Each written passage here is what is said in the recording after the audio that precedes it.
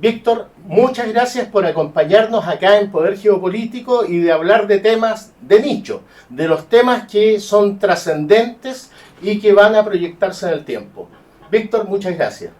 Muchas gracias por la invitación, Manuel, y a este medio, que me parece un medio muy interesante para tratar temas a fondo, que son específicos desde el punto de vista del interés más general, y que debieran ser más de interés nacional, adelantándome algo al tiro de lo que vamos a conversar. A ver, Víctor, para no distraernos en preámbulos, últimamente, para muchos, nuestras Fuerzas Armadas están realizando labores de policía, de orden interno. A modo de ejemplo, el despliegue de fuerzas del Ejército y de la Infantería de Marina en la Araucanía. ¿Qué opinión te merece esa circunstancia o situación?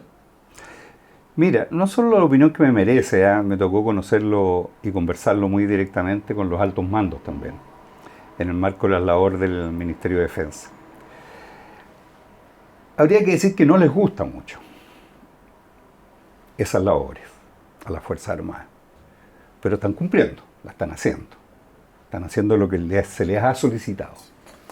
Pero antes de entrar más a fondo, porque esta pregunta tuya nos lleva a una de las cosas más nuevas y que hay que enfrentar de una manera más rigurosa en adelante respecto al rol de las Fuerzas Armadas, antes de entrar en detalle de eso, no quiero dejar de afirmar primero que mi experiencia con los altos mandos, los mandos medios y en general en la relación con las Fuerzas Armadas fue ver en ellos una convicción muy fuerte, muy profunda, en que las Fuerzas Armadas son de todos los chilenos, que ellas están subordinadas al poder civil y que son profesionales.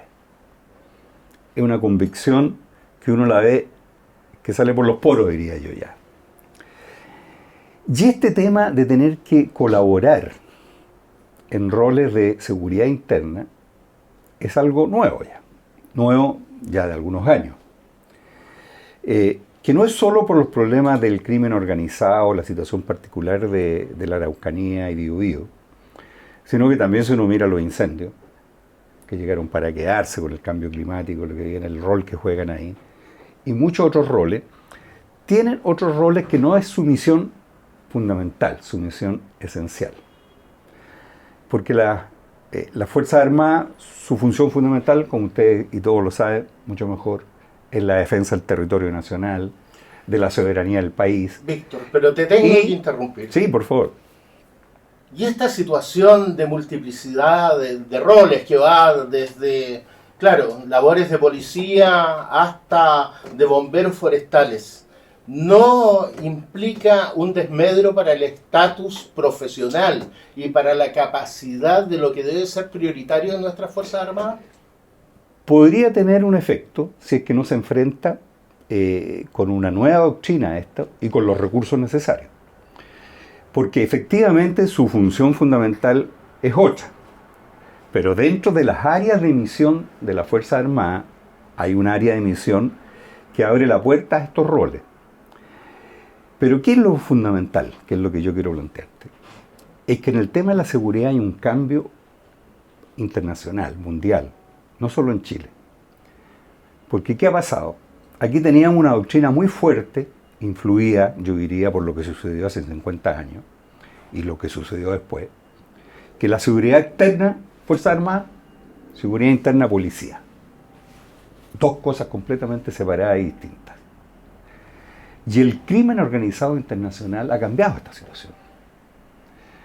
Hoy día, cada vez más en todos los países, hay un cierto continuo entre cuánto seguridad externa y cuánto seguridad interna. Y esto va a obligar a definir una doctrina. La doctrina hasta hoy día es que las Fuerzas Armadas no hacen labores de policía, sino que acompañan a la policía, apoyan, colaboran con la policía. Eso es lo que en los hechos pragmáticamente está funcionando frente a esta nueva situación que nos obligó a hacer esto. Porque la policía no estaba preparada para enfrentar el crimen organizado al nivel que ha alcanzado internacionalmente y que llegó a Chile. Entonces, fue necesario apoyar esto. Uno podría decir, bueno, esto es mientras la policía se pone al nivel, a la altura. El director general de Carabineros reconocía, y me lo decía en conversación privada, que nunca en la historia de Carabineros de Chile, Carabineros haya tenido el nivel de apoyo político y económico que ha tenido estos últimos años. Y eso se expresa en cifras y todo. Pero la policía, Carabineros, investigaciones, no estaba todavía a la altura como para enfrentar esto que se nos vino encima y que, como otras cosas más, nos pilla más o menos de sorpresa. Como en algún momento fue la corrupción, que nosotros creíamos que Chile no iba a llegar nunca a la corrupción, o que los migrantes eran un problema del resto del mundo, pero no era un problema nuestro, que éramos, entre comillas, el fin del mundo. Y ahora el crimen organizado con estas bandas, que si uno mira un ejemplo que hace tomar peso a esto, Ecuador hace 10 años era un país más o menos normal. Y terminó tomado por estas bandas criminales gigantes, muchas de las cuales hicieron el trabajo que hicieron en la situación que está Ecuador hoy día, y que están llegando acá. Y a nosotros no nos puede pillar. Entonces, esta diferencia entre seguridad externa y seguridad interna es uno de los temas que la nueva política de defensa que hay que actualizar va a tener que enfrentar. O sea, definir una nueva doctrina para este tema. Y en este contexto, Víctor, ¿no te parece que el Ministerio del Interior tiene intervenido defensa? Mira, no, yo creo que es una manera muy brutal. Tal vez es muy brutal de decirlo, una manera muy brutal de decirlo. Para lo que es cierto, ya, yo me acuerdo que antes a mí me contaban que el Ministerio de Defensa era muy tranquilo. Bueno, dejó de serlo a partir de que tuvo que empezar a asumir un conjunto de áreas de misión nuevas, que son prioritariamente de interior, ¿ya? Y probablemente si se crea el Ministerio de Seguridad Pública no van a ser de interior, van a ser del Ministerio de Seguridad Pública. Pero que al jugar un papel, las Fuerzas Armadas, de colaboración, de apoyo, que es lo que está haciéndose hasta ahora, el Ministerio de Defensa tiene un rol y es necesaria una coordinación, y como en todo tipo de coordinación entre ministerios pueden haber algunas tensiones. Pero estas son situaciones distintas también, ¿eh? Yo diría que, por ejemplo, el tema de la frontera norte es un tema porque algunos plantearon la idea de una policía especial. ¿Tú eres partidario de ello? No, porque no, más bien a partir de una policía fronteriza, sí, independiente de las actuales ramas de las Fuerzas Armadas, sí, y de las policías, sí, actuales, vigentes. El comandante en jefe del ejército me decía que eso no lo incomodaba tanto porque ellos tenían como parte de su misión la protección de la frontera. Entonces era algo como más natural y funcional, que a lo mejor había que crear un destacamento especial. Pero eso no los complicaba tanto, a diferencia como sí los tensiona y los complica mucho más la situación de la Araucanía, que es un tema en sí mismo, que si quiere lo conversamos. Pero entonces, conclusión, estamos ante un tema nuevo, que se está resolviendo con criterios pragmáticos, pero esto necesitaría doctrina. Pero tú lo has dicho, hay temas nuevos, pero también hay temas cíclicos. ¿No temes que la capacidad de nuestras Fuerzas Armadas empieza a disminuir frente a potenciales agresores externos porque están siendo distraídos de sus roles prioritarios y principales y naturales? Es un riesgo que hay que tomarlo en cuenta y enfrentarlo, por dos razones. Porque efectivamente, esto es una cosa que los civiles a veces entendemos poco. Mucha gente piensa, entre comillas lo estoy diciendo, que los militares no están haciendo nada. Es una opinión. Un prejuicio que a la antigua República de Chile le costó muy caro. Bueno. Muy caro. Y resulta que los militares, para estar en condiciones de ejercer su función, tienen que estar permanentemente estrenándose. Yo lo entendí completamente, como civil que soy, cuando en un momento contaron que los carabineros estaban disparando una vez al año. El que dispara una vez al año no sabe disparar. Bueno, si tú esto lo extrapolas, que tienes que disparar con un tanque, con un F-16, o andar en un submarino, y que todo ese armamento tiene que estar tiquitaca, porque no te puede pasar que en el momento que lo vas a usar no funciona, como le ha pasado a países vecinos, te das cuenta que esto no es un chiste. ¿Me estás diciendo que falta plata para el entrenamiento? No, estoy diciendo que la misión principal, que es la que tú me insistes tanto de la Fuerza Armada, efectivamente es otra, y que para eso necesitan tiempo y capacidad para estar permanentemente preparándose, permanentemente, lo que significa muchas cosas, mantención de equipo, ejercicio, entrenamiento, en fin. Y que por lo tanto, si tú le agregas un nuevo rol, eso tiene que estar acompañado de una doctrina más clara, tiene que estar acompañado de financiamiento y tiene que estar acompañado también de tener obra de mano militar, y estoy pensando en este caso en los conscriptos que resuelven muchos temas, suficiente.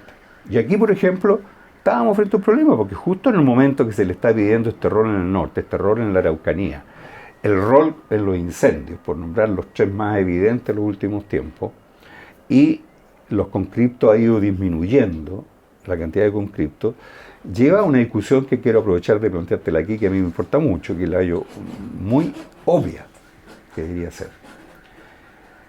Los 12.000 conscriptos que tú necesitas anualmente vienen todos de los sectores más modestos del país.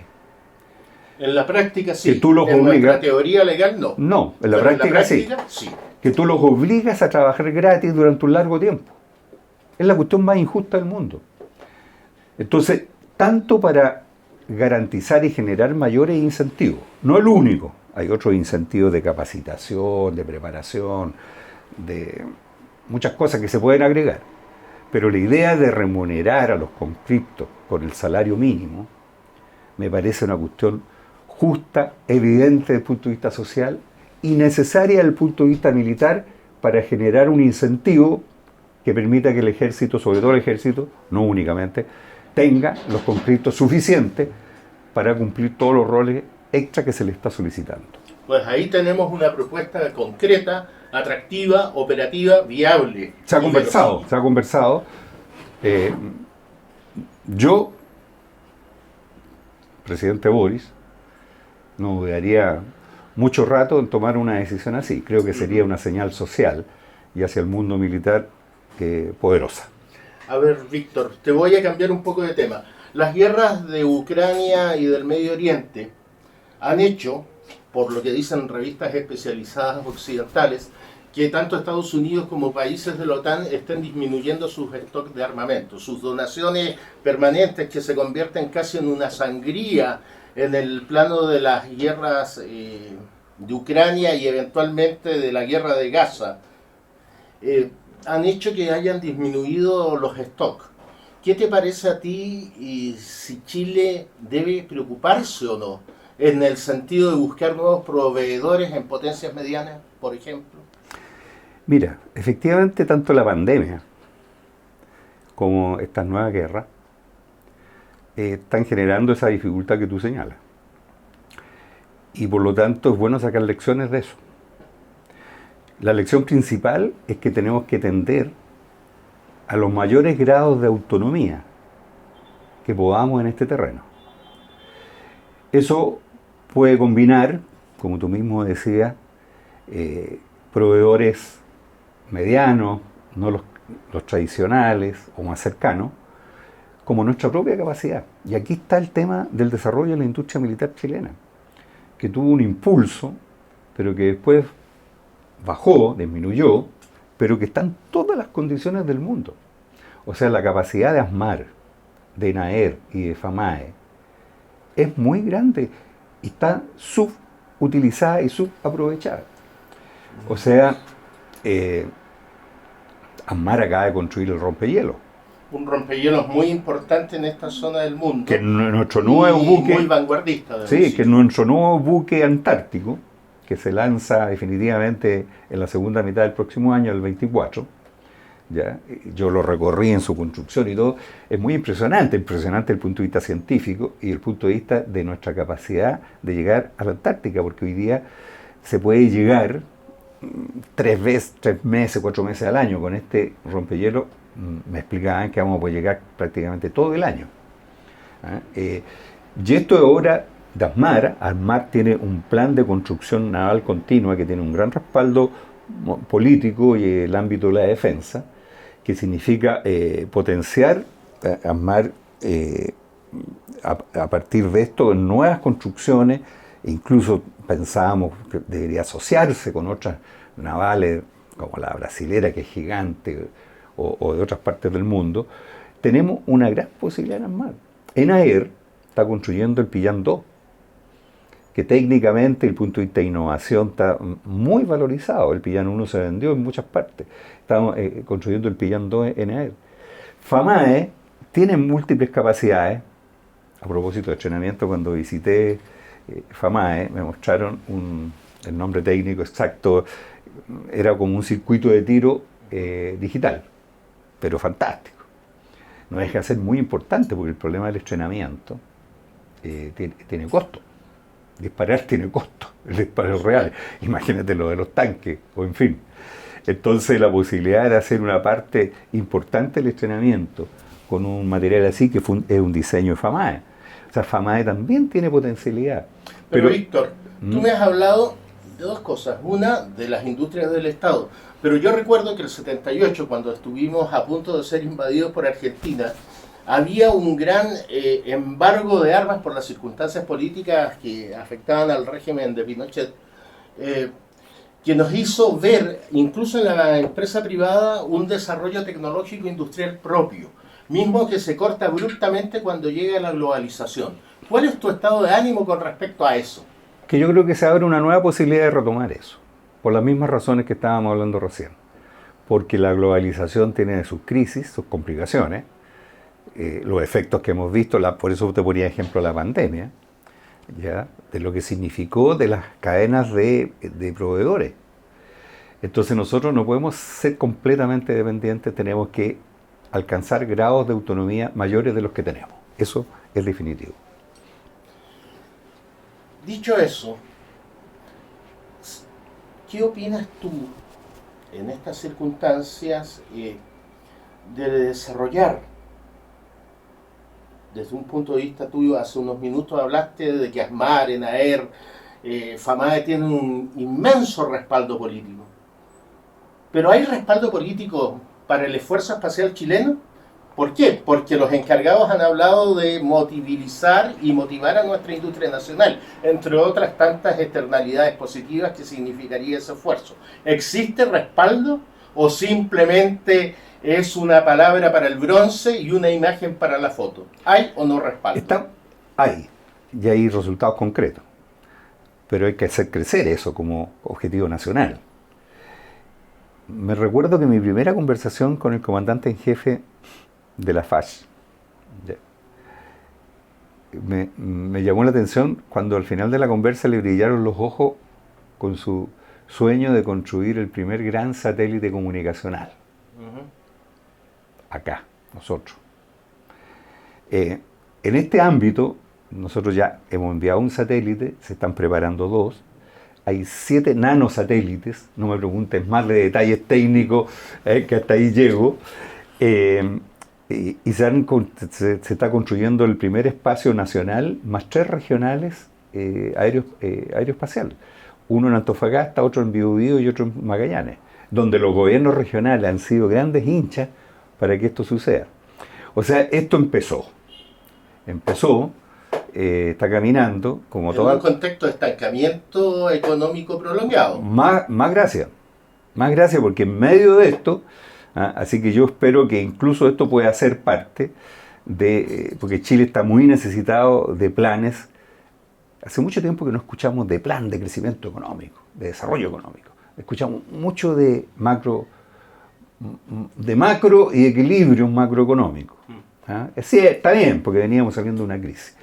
Pero ahora necesitamos potenciar esto con planes, y yo creo que muchas de estas cosas ya son parte importante de potencialidad de crecimiento económico. Lo aeroespacial es claramente un área muy concreta de potencial de desarrollo tecnológico, innovador y productivo. Perfecto. Tú hablaste de Antofagasta, Santiago, creo que está Concepción, y remataste en Magallanes con un centro de rastreo y de eventual lanzamiento. Magallanes nos proyecta a otro tema. ¿Cuál debe ser la presencia de la defensa nacional en nuestra proyección antártica y en el mar de Drake. Sí. Hoy, no en teoría, hoy. No solo nuestra presencia, sino que nuestro desarrollo como país. O sea, Chile es un país antártico. Eso debería ser cada vez más asumido como camiseta. Mira, nosotros los chilenos todavía nos falta por asumir muchas cosas. Por ejemplo, que nuestro territorio marítimo es más grande que nuestro territorio terrestre. Y el potencial, esto lo conversaba con la Marina, yo en las reuniones con los almirantes, ya por el papel que ellos pueden jugar en esto, pero nuestro potencial de desarrollo marítimo es gigante todavía. Y Chile tiende a darle la espalda al mar. Bueno, desde ya tenemos una capital que no tiene mar. Increíble. Entonces, la Antártida, te lo pongo como ejemplo que es parecido. Esto debería ser una nueva piel de Chile. ¿Ya? Chile es un país antártico. Somos los que estamos más cerca del territorio antártico. Ahí.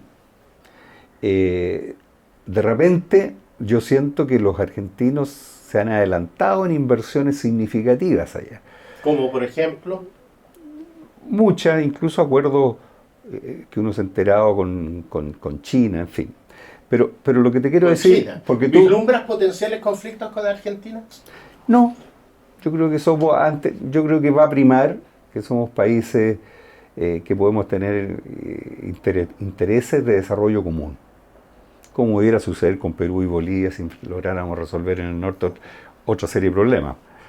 ¿Cómo nos potenciaríamos desde el punto de vista de desarrollo? Es increíble. Nosotros tenemos que empezar a mirar lo que hizo la Unión Europea. Estamos a distancias siderales de eso todavía. Pero no me quiero salir del tema, porque estábamos hablando de la Antártica. El plan antártico es nacional, pero las Fuerzas Armadas son una fuerza operativa antártica. El 80% de la operación antártica está y radica en las Fuerzas Armadas.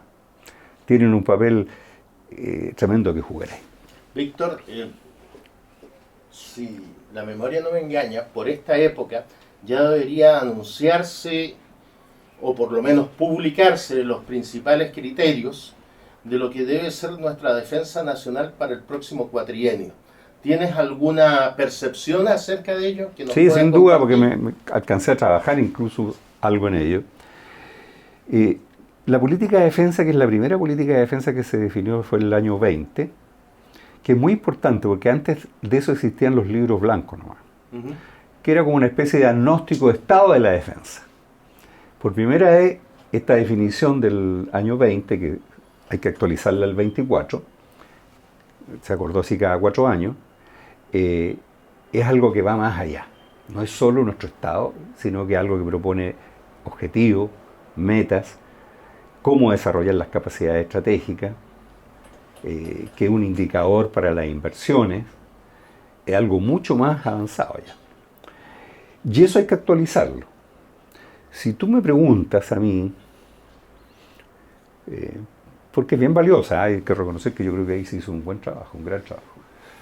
Si tú me preguntas a mí qué cosas hay que incorporar con más fuerza, yo diría todo el tema cambio climático. Creo que está poco incorporado y tiene que ser un factor nuevo a considerar en todos los ámbitos. 1. 2, el que estábamos hablando. O sea, una nueva doctrina respecto al rol de las Fuerzas Armadas en la colaboración en los problemas de seguridad interna, dado el nuevo cuadro internacional, sobre todo con el crimen organizado a gran escala. Y el tercer tema de esto sería, en mi opinión, el que hay que meterle mano, es el tema del Estado Mayor conjunto. Mira, Eisenhower, después de la Segunda Guerra Mundial, concluyó que nunca más las guerras serían o por tierra, o por mar o por aire, sino que eran todas juntas y al mismo tiempo y muy coordinadas. Por eso que todos los países tienen Estado Mayor conjunto. Nosotros también los tenemos. Algunos dicen que hace falta que el jefe del Estado Mayor conjunto tenga las mismas estrellas que los comandantes en jefe de las ramas. Y eso podría crear resistencias de cultura organizacional, institucional, sí, pero nadie pone en duda que el futuro es absolutamente conjunto Y más allá de eso, mira, a mí me tocó estar en una reunión bilateral de defensa Chile-Estados Unidos que se hace todos los años. Un año allá, otro año acá, me tocó estar en Washington. Y fue bien impresionante cuando conversábamos estos temas, cómo ellos tienen mucho más de 4 ramas ya. Incluso estaban en discusión de que si todo el tema ciber era una nueva rama. Esa era la discusión en que estaban en este momento. Y cómo se articulaban todas ellas. Entonces, no me cabe duda que si tú le agregas a la articulación de las tradiciones militares, le agregas la ciberseguridad, le agregas el espacio, ¿ya? Todo lo satelital.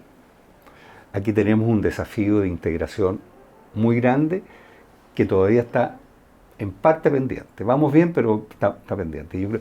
Si tú me dices, yo creo que esos son uno de los 3 temas. Y hay otra cosa que a mí, como conclusión, como entiendo que estamos casi terminando esta entrevista, me gustaría decir, porque creo que un ángulo y una mirada que tenemos que integrar. La defensa nacional es un bien público. De repente la gente no lo ve eso. O sea, todos sabemos que la política vino a reemplazar a la guerra y gracias a eso tenemos paz. Pero yo me doy cuenta que tener política permite tener paz, pero ayuda mucho a eso, que las capacidades de defensa del país disuasivas, porque en nuestro caso son estrictamente defensivas, no queremos conquistar nada, ni pegarle a nadie, ¿ya? Queremos solo defendernos. El mantener esa capacidad de defensa es una garantía para la paz. ¿Y qué más importante que la paz para el desarrollo de un país y para su convivencia? Entonces, realmente se olvida esto. En la definición de bienes públicos, hay bienes públicos que son absolutos o algunos bienes públicos que son relativos. ¿Por qué son relativos? Porque favorecen solo a una parte de la población o favorecen más a unos que a otros. La defensa nacional es un bien público absoluto. Es para todos y por igual, porque todos gozamos de la paz en el país, todos por igual. Y esto debería ser algo mucho más incorporado a nuestro cuerpo social, a nuestra comunidad política, a la civilidad. Porque la defensa nacional debería ser un tema no de las Fuerzas Armadas, sino que de todo el país. Y eso es así. Un país que está más cohesionado socialmente, que su sistema político funciona bien, es un factor de defensa nacional maravilloso. Que cualquiera, un país que está creciendo económicamente también es un factor de defensa nacional. Pero termino aquí para no alargarme, en una reunión bilateral con Gran Bretaña, discutiendo el tema ciber. La pregunta que más estaba en las ramas acá era que los profesionales, expertos, se les van, porque les ofrecen en el sector privado 2-3 veces más el sueldo. Entonces le preguntamos a los británicos si les pasaba eso y cómo lo hacían. Y el general británico que estaba ahí sonrió y le dijo, sí, nos pasa. Allá le pagan 5 veces más. Y los perdemos. Pero no los perdemos, porque ellos siguen siendo voluntarios. Incluso nos enriquecen, porque adquieren mayores capacidades, y basta que le dediquen un fin de semana o 2 sábados al mes, y se transforman en una gran contribución para nosotros. Y en esto, en la ciberseguridad, estamos preparando a los niños desde chicos. Claro, entonces uno pensaba, es otra cultura. No es raro, pasaron 2 guerras mundiales. Pero la cultura se construye. Exactamente. Y entonces, el transformar, aparte de tomar conciencia que la defensa es un bien público, que nos favorece y nos sirve a todos, que todos se involucren de alguna manera a la ciudadanía en la defensa nacional, sería un salto cuántico extraordinario.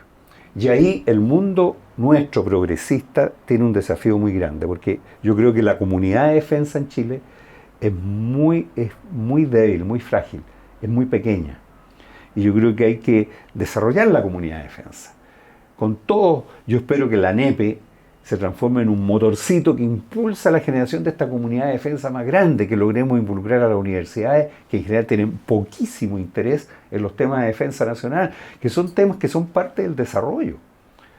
Y las Fuerzas Armadas pueden ser parte muy importante en distintos aspectos en el desarrollo nacional. Entonces, tenemos que hacer crecer esta comunidad de defensa y el mundo progresista, y aquí sí que termino, Manuel, creo que tenemos que superar una etapa en que hemos avanzado en la transición democrática, en la idea de una gestión democrática de la defensa y de la relación con la Fuerza Armada, sí, hemos avanzado, pero estamos todavía demasiado pegados en el golpe de Estado y la dictadura. Razones poderosas hay para eso, no lo niego, pero tenemos que ir más allá ya. Y el mundo progresista tiene que pensar en una institución que es una institución permanente del Estado, como son las Fuerzas Armadas, significativas, que pueden ser vitales para el desarrollo del país, y tenemos que tener propuestas positivas y constructivas. Bueno, resumiendo, propuesta, salario mínimo para la conscripción del servicio militar obligatorio. Sí, sería una gran medida. Potenciar nuestra industria nacional. Sin duda, sin duda. Y sobre Eso todo, está en la agenda ya. asumir como cultura y como sociedad que la defensa les pertenece a todos, a los conservadores y a los progresistas, a los civiles y a los militares. Así es. En buenas y en pocas palabras, a todas y a todos los chilenos. Víctor Barrueto, ex subsecretario de Defensa, muchas gracias por haber estado compartiendo tu opinión con Poder Geopolítico. Muchas gracias a ti.